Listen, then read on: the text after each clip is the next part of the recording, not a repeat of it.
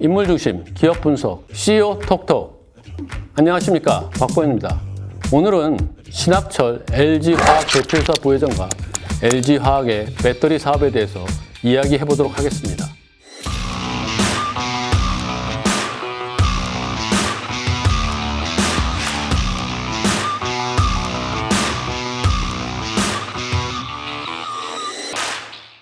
네, LG화학이 화학사업뿐만 아니라 소재사업 그리고 바이오사업 이런 여러 가지 사업들을 진행하고 있습니다. 근데 그 중에서도 가장 주목을 받고 있는 것이 바로 배터리 사업, 특히 전기차 배터리 사업입니다. 네, 이와 같은 LG화학의 전기차 배터리 사업이 어떻게 성장해왔고 앞으로 어떤 성장세를 이어나갈 수 있을지 이런 점을 살펴보고, 거기에서 신학철 부회장은 어떤 역할로 어떤 전략을 펼쳐나가고 있는지 이와 같은 사항들을 구체적으로 살펴보도록 하겠습니다.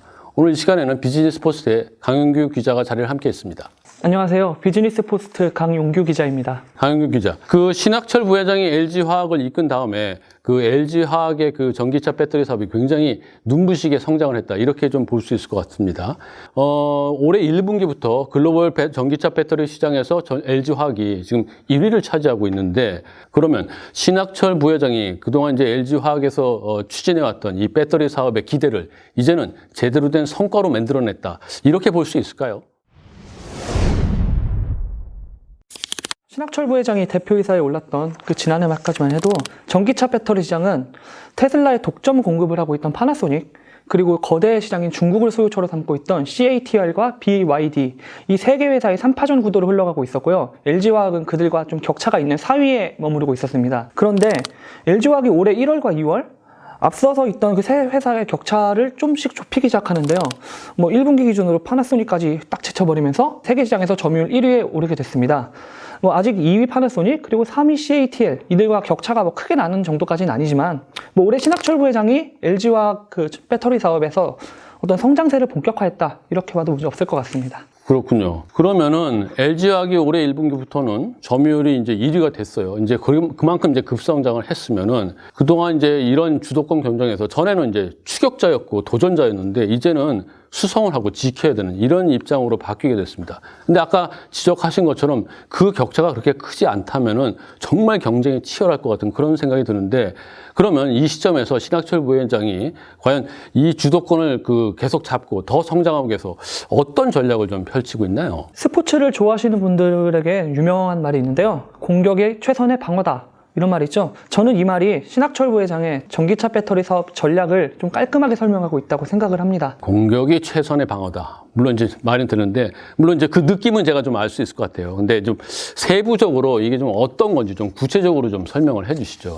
LG화학뿐만 아니라 그 모든 배터리 회사들은 전부 공통의 과제를 안고 있습니다. 시장 성장세에 걸맞은 생산 능력의 확대와 사업을 통해서 얼마나 돈을 벌어들일 것인가, 수익성이죠. 이걸 자세히 들여다보면 생산 능력을 늘리는 것은 공장의 증설을 말하는 것이고, 수익성을 높이는 것은 그 증설 공장을 얼마나 빠르게 안정화시키느냐에 달려 있습니다. LG화학 같이 그런 큰 회사의 자금력이라면은 증설을 그냥 쏟아부어서 그냥 추진하면 될 것 같고, 증설을 하면은 이제 그 다음에 이제 가동률을 끌어올리고 이런 일을 해야 될 텐데, 그거 말고 생산 자체의 수율을, 이걸 또 끌어올리는 게 중요하다고 또 이렇게 얘기가 되고 있는데, 이 부분은 좀 어떤가요? 네, 제가 신학철 부회장의 전략을 놓고 공격이 최선의 방어라고 말씀드린 것은, 신학철 부회장이 그 LG화학 폴란드 배터리 공장에서 두 가지 과제를 동시에 풀어내는 데 도전을 하고 있기 때문입니다. LG화학은 지금 폴란드 공장에서 증설을 진행하고 있는데요. 근데 이 증설 라인에 차세대 생산 설비인 고속 광폭 생산 라인을 도입해서 생산성을 끌어올리려 하고 있는 도중에 증설을 진행과 함께 공장 가동을 멈추지 않고 있습니다. 네, 지금 공장 설비도 더 늘리고 기존에 가동하던 것도 중단하지 않고 그 수율도 더 안정화하려고 하고, 이걸 동시에 한다고 하니까 그래서 공격적인 그런 전략이다, 이렇게 표현했던 것 같습니다. 자, 그런데 좀 저희들이 면밀히 보면은 LG화학이 지금 가지고 있는 폴란드의 배터리 공장은 지금 유럽에 있는 완성차 회사들하고 지리적으로도 굉장히 가깝고, 여러 그 배터리 공장들 가운데서도 여기가 바로 핵심 아닌가, 이런 생각이 또 들고요. 그렇기 때문에 LG화학이 가지고 있는 이 폴란드 공장은 단순히 막 증설도 하고 그다음에 뭐 계속 가동도 하고 이렇게 실험적으로 할 게 아니라 좀 더 천천히 안정적으로 해야 되지 않나 이런 생각 드는데 왜 그 신학철 부회장은 굳이 이와 같이 어려운 도전을 여기서 시도하고 있는지 이 점이 좀 궁금하거든요. 제가 취재를 하던 도중에 LG화학 관계자가 저한테 이런 말을 했던 적이 있습니다. 지금 배터리 회사들은 물량전과 속도전을 같이 하고 있어요. 만약에 둘 중에 하나만 경쟁사에 밀려도 끝장이에요. 저는 이 말이 신학철 부회장이 전기차 배터리 시장을 좀 바라보는 관점이라고 생각을 합니다. 증설을 추진하면서도 늘어나는 수요에 맞춰서 생산 능력을 갖춰야 된다. 여기에 수익성까지 같이 갖춰야 된다. 도전을 할 수밖에 없다는 거죠. 지금 전기차 시장이 지금 본격적으로 개화하고 이제 핫하게 이제 끌어오르는 그런 상황이기 때문에 상당히 좀 의미가 있는 그런 도전 아닌가 이런 생각이 듭니다. 그래서 만약 그 LG화학의 이 폴란드 공장이 생산율을 끌어올리고 그리고 여러 가지 그 도전들이 성공을 하면은 앞으로 이제 더 증설이 일어나고 더 많은 생산을 할 것 같거든요. 그때 공장의 생산성 그리고 안정화에 걸리는 시간 뭐 이런 거를 예측하는데 이 폴란드 공장의 이 시험이 가늠자가 될 수 있다. 뭐 이렇게 생각할 수 있을 것 같아요. 그렇죠? 네, 맞습니다. 신학철 부회장은 LG화학의 배터리 생산 능력을 올해 100GWh 수준에서 2025년에 250GWh 수준까지 늘린다는 그런 계획을 추진하고 있는데요. 이 폴란드 공장의 수율 이슈가 앞으로 진행될 그런 증설의 기준점이 될 수 있습니다. 그래서 LG화학이 기업 설명회나 컨퍼런스 콜을 진행할 때마다 폴란드 공장의 수율 이슈를 설명하는데 상당한 시간을 할애하고 있고요. 기업 설명회에 참여하는 증권사 연구원들도 이 이슈를 집중적으로 들여다보고 있습니다. 그렇군요. 근데 여기서 좀 한 가지 의문이 생깁니다. 지금 엄밀히 보면 신학철 부회장이 전기차 배터리에 대해서 기술적 역량을 보유한 그런 인물은 아니지 않습니까? 그런데 이렇게 양립하기 어려운 두 가지 과제를 동시에 추진하는 이런 과감한 전략을 추진하는 거는 그 뭔가 좀 믿는 구석이 있을 것 같거든요. 자, 그 근거는 뭘까요? LG화학은 사업본부별로 전문가들이 다 본부장을 맡아서 주요 전략들을 추진하고 있습니다. 전지사업본부장을 지금 맡고 있는 김종현 사장도 LG화학에서 소형전지사업부장 그리고 자동차전지사업부장을 차례로 거치면서 전문 역량을 쌓아왔는데요. 이제는 뭐 업계에서도 알아주는 전문가로 통합니다. 자, 그럼 이제 대표이사로서 신학철 부회장의 그 역량이라고 하는 것은 기술적 전문성 그걸 요구하는 게 아니고 그러한 인물들을 요소에 포진시켜 놓고 이 전체를 큰 틀로 운영하는 이런 운영 능력이다 이렇게 볼 수 있는 거겠네요. 네. 신학철 부회장은 2020년도 LG화학 임원 인사를 통해서 전지사업본부에 CPO라는 다소 생소한 직책을 신설했는데요. 이걸 굳이 우리말로 번역을 하자면 최고 생산 및 조달 책임자 정도가 되겠습니다. 이 자리에 김명환 배터리 연구소장을 임명했는데요. 생산 관련 활동을 좀 기술 전문가한테 맡기고 사업본부를 이끄는 김종현 사장의 부담을 덜어주는 좀 양수 겸장의 인사라고 말씀드릴 수 있겠습니다. 적재적소로 인물을 기용하는 운영 능력을 통해서 LG화학 전기차 배터리 사업의 효율을 끌어올리는 한 수다 이렇게 말씀드릴 수 있겠습니다. 자, 그 신학철 부회장이 이제 배터리 사업에서 이런 공격적인 사업 전략을 하고 또 이를 뒷받침하기 위해서 그 인사 그리고 경영적인 그런 전략들 이걸 좀 탄탄히 하고 이런 것들이 다 종합이 돼서 오늘날 그 LG화학의 전기차 배터리의 성장세 이게 이제 만들어졌다 뭐 이렇게 볼 수 있을 것 같습니다. 지금 보면은 배터리 회사들은 생산 능력 이 부분을 이제 끌어올리는데 더 연구를 하고 있지만 앞으로 좀 더 새로운 기술, 미래의 기술 여기에도 좀 열을 올리고 있는데 LG화학은 이 점은 좀 어떻게 보시나요? 2019년에 LG화학은 연구개발에 전체 영업이익이었던 8,957억 원보다 많은 1조 1,300억 원을 투자했습니다. 이 가운데 30% 정도가 배터리 기술 연구 투자였는데요. 최근 신학철 부회장이 미국 파이낸셜 타임즈와 인터뷰에서 이런 말을 했습니다. 기술 개발은 우리의 생명선이다. 연구개발 투자는 앞으로도 계속 늘리겠다라고요. 이게 실적과 상관없이 연구개발 투자를 지속해야 한다 이런 메시지를 주려는 말이라고 분석이 됩니다. 신학철 부회장은 이 인터뷰를 통해서 올해는 연구개발 투자를 1조 3천억 원까지 늘리고 그 가운데 배터리 연구개발 투자의 비중을 40%로 더 늘리겠다. 이런 계획도 함께 밝혔습니다. 그 신학철 부회장의 연구개발에 굉장히 공을 들이고 있고 배터리에 굉장히 많은 신경을 쓰고 있다. 뭐 이런 점을 거기서 저희들이 좀 엿볼 수 있네요. 근데 여기에 지금 최근에 그 한국판 뉴딜 그리고 그린 모빌리티 이런 게 이제 정부에서 이제 추진을 하고 있는데 전기차 부분이 여기에 이제 포함되어 있어서 전기차 배터리가 이제 앞으로 어떻게 될지 굉장히 관심이 집중되고 있습니다. 특히 말이죠. 정의선 그 현대차 그룹의 총괄 수석 부회장이 LG화학 만났죠. 그리고 SK 이노 이노베이션도 만나고 또 삼성 SDA도 가고 이렇게 얘기해서 이 세 회사가 바로 우리나라의 그 전기차 배터리의 3사다, 가장 중추다 이렇게 이제 얘기를 하고 있는데 아마도 이 그룹 총수들하고 미래의 그 배터리 이 이야기를 좀 많이 나누지 않나 이런 생각이 들고 그런 얘기들이 좀 많이 나온 것 같습니다. 자, 그러면 정의선 부회장이 주목했었던 이 미래 배터리 이제 가장 중요한데 이건 좀 어떤 모습으로 좀 나타날까요? 네, 미래 배터리라는 거는 쉽게 말해서 전기차가 가지고 있는 약점들을 해결해 줄 수 있는 배터리들을 묶어서 부르는 말이다라고 생각하시면 되겠습니다. 그렇군요. 그리고 약점이다 얘기하면 제가 이제 상식적으로 생각했을 때 기존에 이제 내연기관차하고 전기차를 비교하면은 주행 거리가 짧고 그 다음에 배터리 수명이 좀 짧은 거 이게 좀 그 문제가 되는 거로 보이는데 배터리가 전기차의 가장 중요한 부분이라고 생각을 하면은 정의선 현대차 부회장도 이 배터리의 앞으로의 기술 개발 뭐 여기에 관심을 집중하지 않을 수 없다 뭐 이렇게 볼 수 있는 거죠. 네, 말씀하신 대로입니다. 먼저 전기차의 주행거리를 늘리기 위해서는 배터리의 출력을 높여야 하는데요. 리튬이온 배터리의 4가지 핵심 소재로 양극재, 음극재, 전해질, 분리막 이 4가지가 꼽힙니다. 이 가운데 배터리의 출력에 가장 크게 관여하는 소재는 양극재입니다. 그러면은 전기차의 이 주행 거리를 늘리기 위해서 여기에서 우리가 신경 써야 될 기술은 바로 배터리의 그 양극재 여기에 관련된 기술이다 이렇게 볼 수 있는 거군요. 이와 관련해서 한국 배터리 세 회사는 모두 니켈, 코발트, 망간 이 3가지 재료를 조합해서 만든 NCM 양극재를 배터리에 탑재를 하고 있는데요.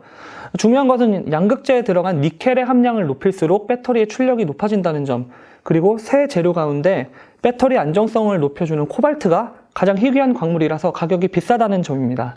한국 배터리 3사는 모두 니켈, 코발트, 망간 이 세 재료를 8대 1대 1로 비율로 조합해 만든 NCM811 양극재를 개발한 상태인데요. 니켈의 함량을 최대한으로 늘려서 배터리 출력을 개선하면서도 적은 코발트만으로도 배터리를 안정화해서 원가까지 절감하는 기술 이런 걸 이미 확보했다는 뜻입니다. LG화학은 여기서 한 발 더 나아가서 니켈의 함량을 90%까지 높이고 코발트 비중을 5%로 낮추는 대신에 망간과 함께 알루미늄까지 조합해서 안정성을 확보하는 새로운 양극재 NCMA 양극재 기술까지 확보하고 있습니다. 이 양극재를 탑재한 배터리를 LG화학이 2022년부터 제너럴 모터스와 함께 설립한 배터리 합작법인에서 생산을 한다 이런 계획을 세웠는데요. 계획대로 양산에 성공한다면 LG화학은 니켈 함량 90%의 배터리를 세계에서 가장 먼저 양산하게 됩니다. 그러면 그 앞서 얘기한 그 신학철 부회장의 그 연구 개발에 대한 그 강력한 투자 의지 이것이 지금 이렇게 발현돼서 앞서 나가고 있다. 이렇게 저희들이 분석을 할 수 있겠네요. 네, 맞습니다. 한 증권사 연구원은 분석 리포트를 통해서 LG화학은 다른 미래 배터리가 나오기 전까지 NCMA 배터리의 에너지 밀도를 더 개선할 여지도 있다. LG화학은 기술적 측면에서도 의미 있게 산업계를 리드하고 있다. 이렇게 말을 하기도 했습니다. 네, 그 배터리 회사들은 전기차 배터리의 출력을 늘리는 그런 기술을 통해서 전기차 1회 충전 주행 거리를 늘리는 그러면서도 또 비싼 재료는 적게 써서 원가는 절감하는 뭐 이러한 기술 개발들을 계속 하고 있군요. 근데 그거 말고 지금 전기차 또 얘기 나오는 게 이 배터리 자체의 수명이 일반 그 휘발유는 내연기관차에 비해서 총 거리를 보면은 좀 그 한계가 좀 짧다 이런 얘기가 좀 나오거든요. 그러니까 그건 뭐냐면은 그 배터리 자체의 성능 저하 이거하고 좀 연결되는 게 아니라 이런 생각이 들거든요. 네, 맞습니다. 일반적으로 전기차 배터리로 쓰이는 리튬이온 배터리는 완전 방전을 한 뒤 다시 완전 충전하는 이 충전을 기준으로 500회를 충전한 뒤부터 배터리 성능이 좀 급격하게 떨어지기 시작합니다. 네, 이 때문에 일반적으로 총 주행거리 30만 킬로미터를 그 전기차의 일반적인 수명으로 보고요. 그 뒤로는 배터리의 교체가 좀 필요합니다. 네, 주행거리 30만 킬로다. 그러면 국내에서 보면은 30만 킬로 정도 탔으면은 굉장히 많이 탔다 이렇게 좀 볼 수 있는데 뭐 예를 들면 이제 미국 같이 땅덩어리가 큰 나라에서 보면은 30만 킬로 이상 타고도 아직도 중고차에서 거래되고 그 이상 더 뛰어야 되고 뭐 이런 차들이 많이 있거든요. 그러니까 전기차가 이제 앞으로 대세가 되려고 하면은 이 배터리의 수명 자체 이게 자주 교체하면 안 되지 않습니까? 한 번 넣어서 굉장히 좀 오랫동안 쓸 수 있는 이런 걸 만들어야 되는 것이 앞으로 필요한 기술이다. 이렇게 저희들이 볼 수 있는 거겠네요. 게다가 이게 국내에서도 일반 승용차로 따졌을 때나 30만 킬로가 좀 긴 거리지 전기 버스, 전기 트럭 뭐 이런 상용차로 눈을 돌리면요. 주행거리 30만 킬로가 그렇게 긴 거리라고 보기도 좀 어렵습니다.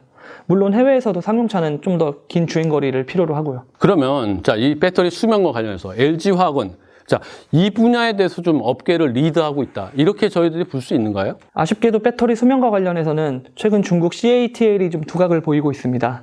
지난 6월에 정이친 그 CATL 회장이 언론 인터뷰를 통해서 배터리 수명을 기존보다 5배가량 늘린 장수명계 배터리의 개발을 마쳤다. 우린 언제든지 이 배터리 생산을 시작할 수 있다. 이렇게 말을 했습니다. 최근 CATL이 테슬라의 배터리 납품처 가운데 하나로 선정되었다는 소식이 좀 전해지기도 했는데요.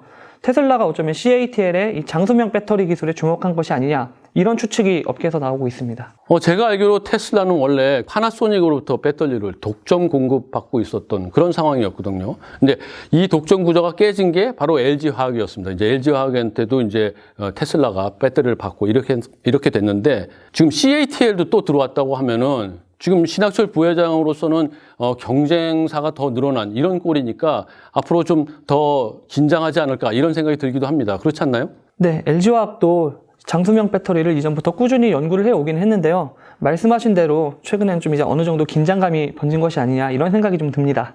LG화학이 지금 6월에 현대기아차랑 손잡고 배터리 혁신 기술을 보유한 스타트업을 발굴하는 작업에 나섰고요. 고려대학교와도 미래 배터리의 연구 개발을 맺기로 했습니다.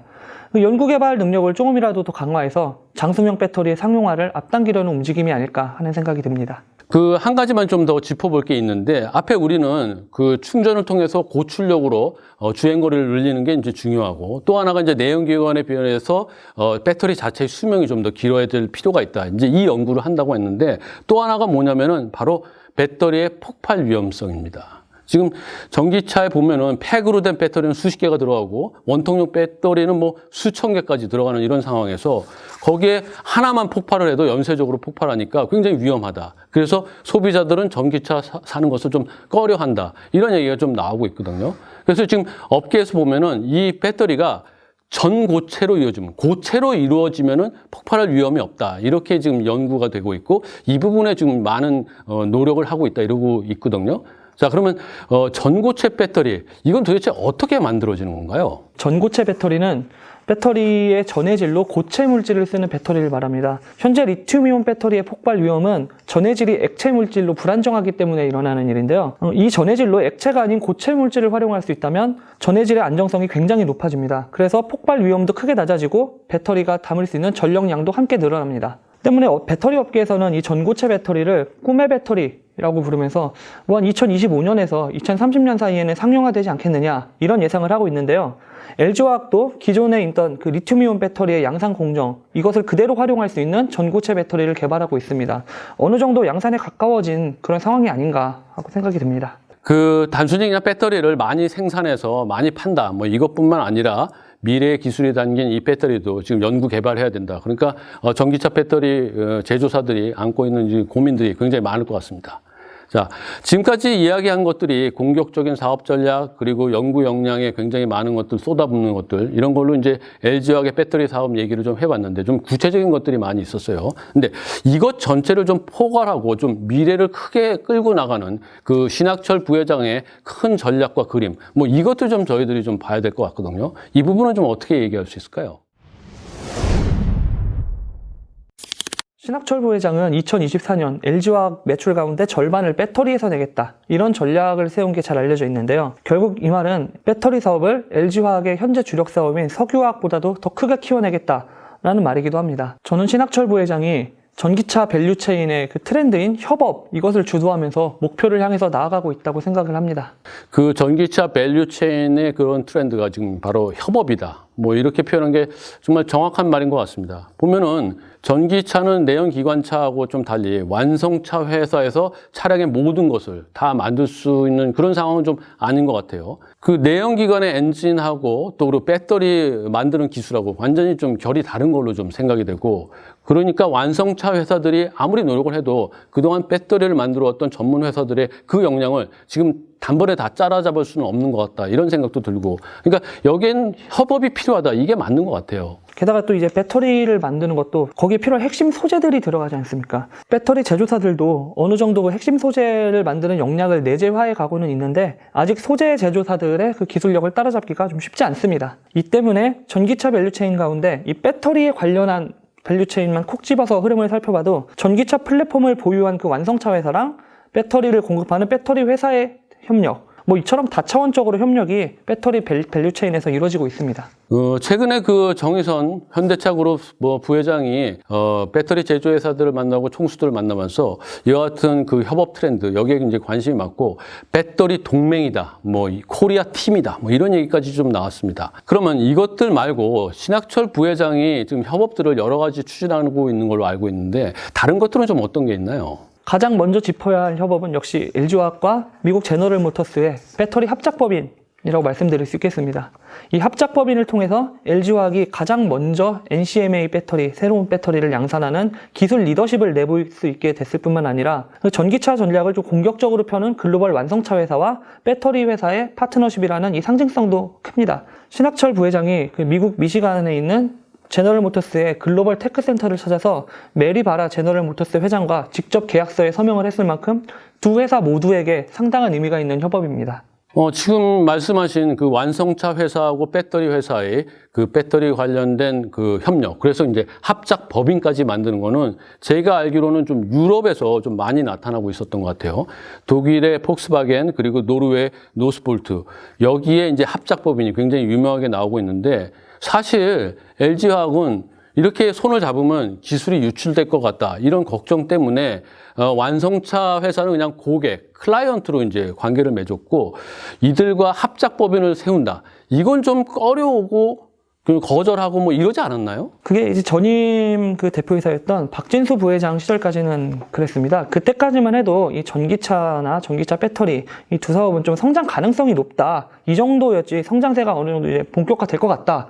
정도까지의 시장은 아니었기 때문에 LG화학도 합작법인 설립에 좀 적극적으로 나설 그런 이유는 없었다고 생각을 합니다. 근데 이제 신학철 부회장은 두 사업의 시장이 본격적으로 성장을 하는 이런 변화의 시점에서 LG화학을 이끌게 됐고 또 그래서 시장 변화에 발을 맞추기 위해서는 협업을 좀 적극적으로 고려하는 방향으로 LG화학의 그 배터리 전략을 수정을 했다. 이렇게 해석이 됩니다. 자, 그러면 그거 말고 신학철 부회장이 그럼 더 추진해서 성과를 낸 그런 협업들이 더 있나요? 배터리 관련 그 협력사들과의 협업이 또 있겠죠. 신학철 부회장이 작년 11월에 배터리 부품을 만드는 회사 동신모텍과 배터리를 생산하는 데 필요한 장비를 만드는 회사 신성 FA를 직접 방문했던 일이 있습니다. 이때 이제 신학철 부회장이 했던 말이 전기차 배터리는 제2의 반도체를 불릴 만큼 무한한 잠재력이 있는 사업이다. 근데 정말 중요한 것은 이 무한한 잠재력이 있는 사업을 위해서 신학철 부회장이 강조했던 내용입니다.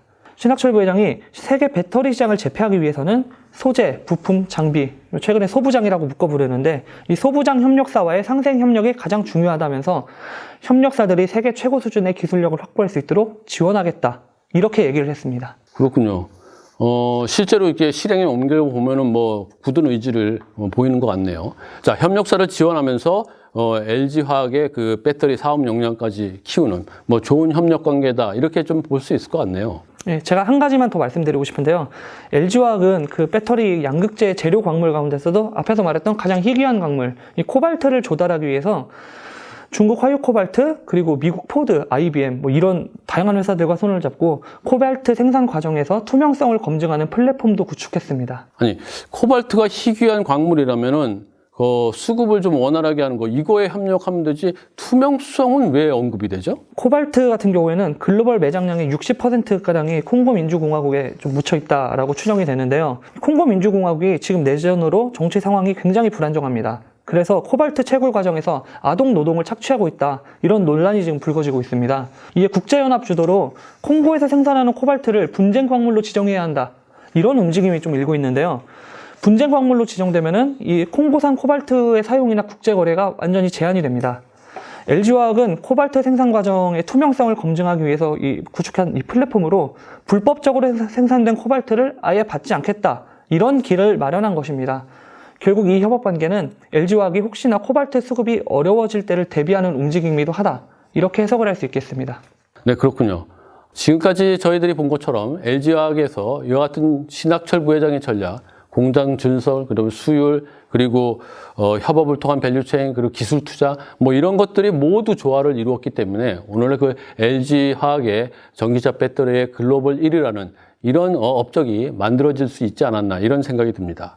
그러나 처음에 언급한 것처럼 LG화학이 전기차 배터리 사업이 전통의 주력 사업은 아니었습니다. 당연히 석유화학 사업이 주력 사업이었고 그리고 여러 가지 소재 사업도 새롭게 추진을 하고 있습니다. 다음 시간에는 신학철 부회장이 배터리 사업 외에 나머지 LG화학의 사업들을 어떻게 진행하고 있고 그 진행 과정에서 왜 배터리에 더 방점을 둘 수밖에 없었는지 그 과정도 좀 살펴보고 그리고 LG그룹에서는 LG화학이 어떤 포지션에서 어떤 일들을 하고 있는지 이런 것들을 좀 두루 살펴보는 그런 시간을 좀 갖도록 하겠습니다. 네, CEO톡톡 오늘 이야기 여기까지입니다. 끝까지 시청해 주셔서 대단히 감사합니다.